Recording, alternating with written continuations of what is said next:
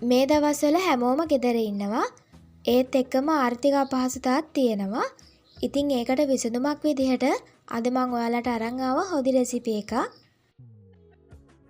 මම අරගන්නේ අල ගෙඩියක්, මාළු මිරිස් කරල් 3-4ක්, හාල් මැස්සෝ 10ක් 15ක් වගේ. උකුවට හොද්ද හදාගත්තම 5-6 දිනෙකට ඇති වෙන්න බත් කන්න පුළුවන් මේ හොද්දත් එක්ක.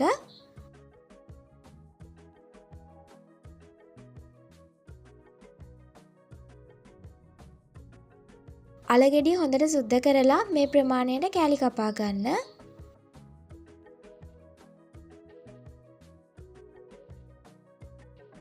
ඊට පස්සේ මාළු මිරිස් කරල් ටික දෙකට පලා ගන්න. කැමති නම් වෙන් කරලා පලා ගන්න.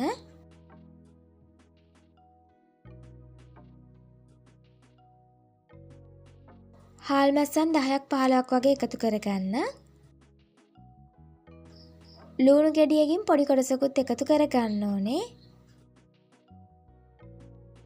ලුණු ටික පොඩි කරලා එකතු කරගන්න. සුදු ලුණු බික් එකක් වගේ එකතු කරගන්නවා. කරපිංචා, රම්පේ, ගොරකා එකතු කරගන්න. ගොරකා වෙනුවට තක්කාලි එකතු කරගන්න යන්න එපා.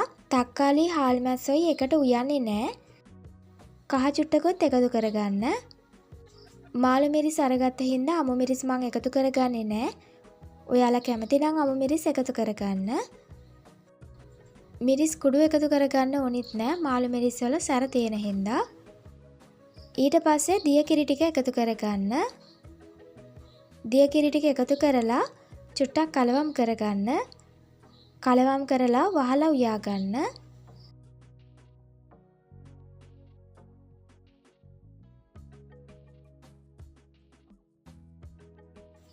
සැරෙන් සැරේට කලවම් කරගන්න ඕනේ.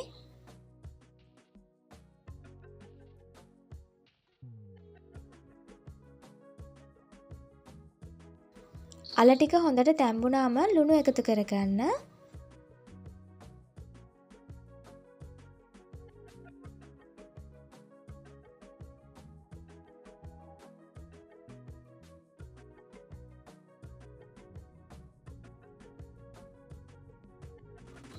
ලුණු ටික එකතු කරලා විනාඩි 2-3ක් ගියාම මිටි කිරි ටික එකතු කරගන්න. මිටි කිරි ටික එකතු කරලා වහන්නේ නැතුව තියන්න. නිතරම කලවම් කරන්න.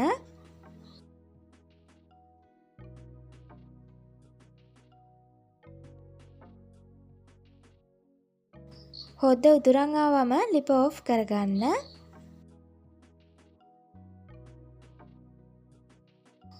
ඊට පස්සේ උළුහාල් කුඩු චුට්ටක් එකතු කරගන්න. සුවඳ කුඩු කියලා කියන්නේ උළුහාල් කුඩු වලට. උළුහාල් කුඩු එක හදාගන්නේ කරපිංචා, කුරුඳු උළුහාල් ඒ තුනම එකට එකතු කරලා කබල බැදලා කුඩු කරගෙන. මේ සුවඳ කුඩු එක හොදියකට එකතු කරපුවාම හොදියකේ රස වගේම සුවඳත් වැඩි වෙනවා.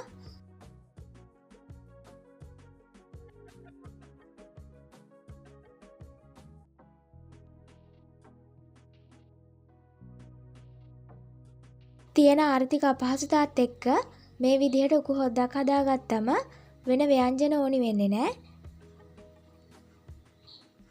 ඇති වෙන්න බත් කන්න පුළුවන්. අදට ගිහිල්ලා නම් සුබ දවසක් ඔයාලට.